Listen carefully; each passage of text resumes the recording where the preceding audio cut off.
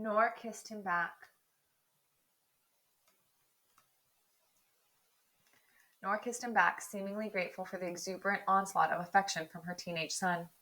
Youth, his grandmother picked up her steaming glass from the rim and slurped her tea. We should all be lazy and take long afternoon naps so we can also be crazy.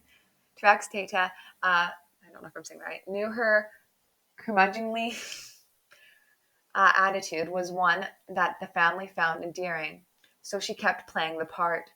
Everyone recognized that her dry sense of humor disguised her true adoration of the family she helped create and build.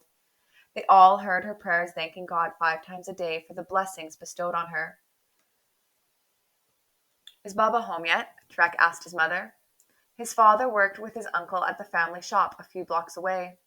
The mini market did well enough to feed their large family, but since the war began, business had been very slow. Many people were leaving, and the rest didn't have the money to purchase the few items in stock. And Tarek's father, Fayed, didn't have the heart to let his customers leave with empty hands and stomachs. So much of the time he gave food away for next to nothing, and sometimes for exactly that, nothing. But the biggest worry hadn't been business. It was the bombs that indiscriminately fell from the sky.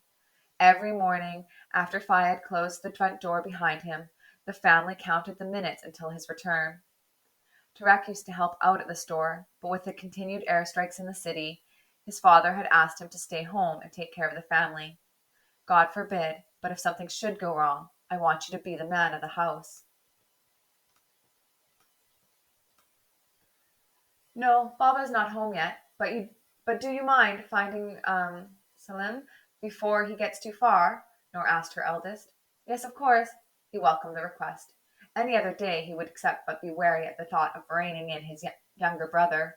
But on this day he was just pleased he had his family nearby and alive, unlike so many people from his city.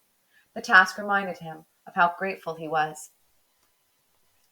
And make sure your sisters have an eye on the babies, not just on that silly cat and mouse, he heard his mother call as he sprinted out of the kitchen.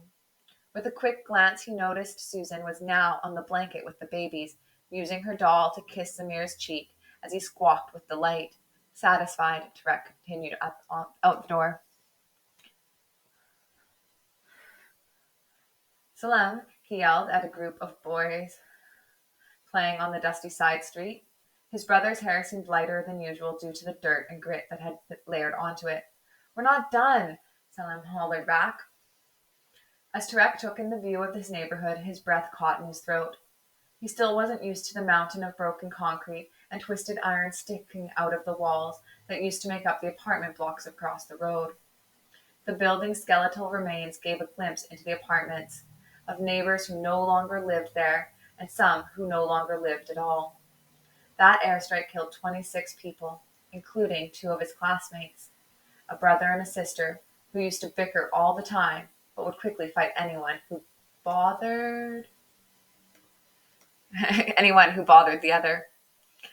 Turek shook his head in an attempt to scatter those memories, hoping they would fall on his ears like crumbs, but it never worked. Yalla, Salim, come on, Mama said it's time to wash up. Oh, Salem got a hold of the soccer ball and kicked it toward the busy road that divided their building from the destroyed structure. If he could play any more, he wanted to make sure the fun was over for everyone. Oh, if he couldn't play anymore. Salem, the boy roared in frustration. They now had to decide who would go after the ball in the middle of traffic. They would never admit it out loud, but the boys were more afraid of the ghostly ruins on the other side of the road than the cars that whizzed by, superstitiously believing that by going into the rubble, they would jinx their own families. A group of girls parked comfortably on the steps of the building giggled as they watched what was unfolding.